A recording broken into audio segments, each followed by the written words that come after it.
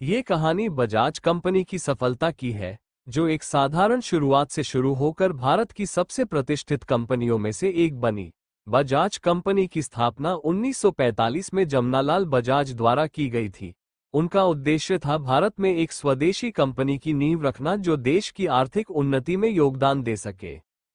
शुरुआत और संघर्ष। बजाज कंपनी की शुरुआत दोपहिया वाहनों के निर्माण से हुई। 1959 में बजाज को इटालियन कंपनी वेस्पा के साथ गठजोड़ करके भारत में स्कूटर निर्माण का लाइसेंस मिला। उस समय भारतीय बाजार में विदेशी कंपनियों का दबदबा था, लेकिन बजाज ने अपने किफायती और टिकाऊ स्कूटर से देशवासियों का दिल जीत लिया। उनके लोकप्रिय मॉडल बजाज चेतक को तो भारत के हर कोने में पहचान मिली। उत्थान और विस्तार। जैसे जैसे समय बीतता गया, बजाज कंपनी ने खुद को न केवल दोपहिया वाहनों तक सीमित रखा, बल्कि तीन पहिया वाहनों ऑटो रिक्शा के बाजार में भी कदम रखा। कंपनी ने न केवल भारत में बल्कि दुनिया भर में अपने उत्पादों का निर्यात शुरू किया। आधुनिक युग में क्रांति। 2000 के दशक में राहुल बजाज के बेटे राजीव बजाज ने कंपनी का नेतृत्व संभाला और उसे नई ऊंचाइयों तक पहुंचाया। उन्होंने कंपनी की रणनीति बदली और मोटरसाइकिलों पर ध्यान केंद्रित किया। बजाज पल्सर जैसी बाइक ने बाजार में तहलका मचा दिया। बजाज ऑटो ने केटीएम, ट्रायम्फ जैसी विदेशी कंपनियों के साथ साझेदारी करके इंटरनेशनल ब्रांड में अपनी जगह बनाए। नवाचार और भविष्य की दिशा। आज बजाज ऑटो पूरी दुनिया में अपनी पहचान बना चुकी है। कंपनी नए नए नवाचारों में लगी है, जिसमें इलेक्ट्रिक वाहनों की दिशा में भी काम हो रहा है। बजाज की कहानी हमें ये सिखाती है कि अगर आप में संकल्प और मेहनत का जज्बा है, तो सफलता के रास्ते में कोई भी बाधा आ नहीं सकती। राहुल बजाज का नेतृत्व। राहुल बजाज ने 1965 में कंपनी की बागडोर संभाली और उसे तेजी से आगे बढ़ाया।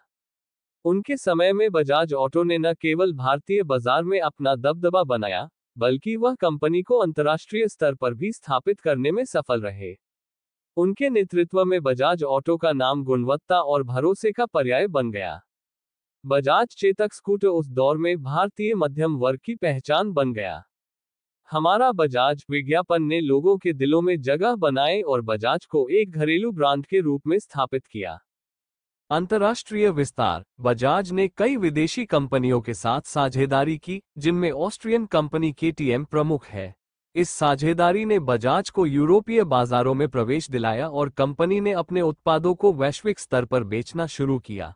आज बजाज ऑटो 70 से अधिक देशों में अपनी मोटरसाइकिल और तिपहिया वाहन निर्यात करता है, जो इसे विश्व की सबसे बड़ी दोपहिया और तिपहिया वाहन निर्माता कंपनियों में से एक बनाता है।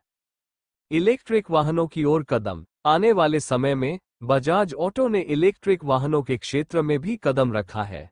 बजाज चेतक का इलेक्ट्रिक संस्करण बाजार में उतारा गया, जो पर्यावरण के प्रति जिम्मेदारी का उदाहरण है। ये कदम दर्शाता है कि कंपनी न केवल पारंपरिक बाजार पर ध्यान दे रही है, बल्कि भविष्य की आवश्यकताओं को ध्यान में रखते हुए अपनी रणनीति बना रही है। प्रौद्योगिकी और अनुसंधान में अग्रणी। बजाज ऑटो ने अपनी सफलता का श्रेय नवाचार और प्रौद्योगिकी में अग्रणी होने को दिया है। कंपनी ने हमेशा उच्च गुणवत्ता वाले उत्पाद बनाने पर जोर दिया है, चाहे वह मोटरसाइकिल हो या ऑटो रिक्शा। बजाज ने हमेशा तकनीकी उत्कृष्टता पर जोर दिया है। कंपनी के अनुसंधान और विकास केंद्रों में नई नई तकनीकों पर काम किया जाता है, ताकि उत्पाद बाजार में बाकी कंपनियों से आगे रहें। चुनौतीपूर्ण प्रतिस्पर्धा में बजाज का मुकाबला। भारतीय ऑटोमोबाइल उद्योग में प्रतिस्पर्धा हमेशा से ही कड़ी रही है। हीरो मोटोकॉर्प और होंडा जैसी कंपनियों से कड़ी टक्कर के बावजूद बजाज ऑटो ने अपनी रणनीति को इस तरह से ढाला कि वह हमेशा बाजार में प्रतिस्पर्धा के साथ खड़ी रही।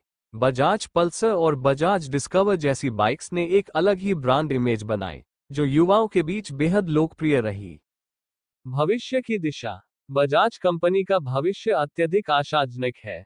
इलेक्ट्रिक वाहनों के क्षेत्र में कंपनी ने चेतक के इलेक्ट्रिक संस्करण को लॉन्च करके ये संदेश दिया है कि वह पर्यावरण की जिम्मेदारियों को भी समझती है। इसके अलावा कंपनी अंतर्राष्ट्रीय बाजारों में भी अपनी पकड़ को मजबूत कर रही है। केटीएम और ट्रायम्फ जैसी कंपनियों के साथ साझेदारी करके बजाज ने वैश्विक मंच पर अपनी उपस्थिति को और भी मजबूत कर लिया है। प्रेरणा की कहानी। बजाज की कहानी एक उदाहरण है कि कैसे भारतीय सोच और मेहनत से एक साधारण कंपनी विश्व स्तर पर सफलता प्राप्त कर सकती है।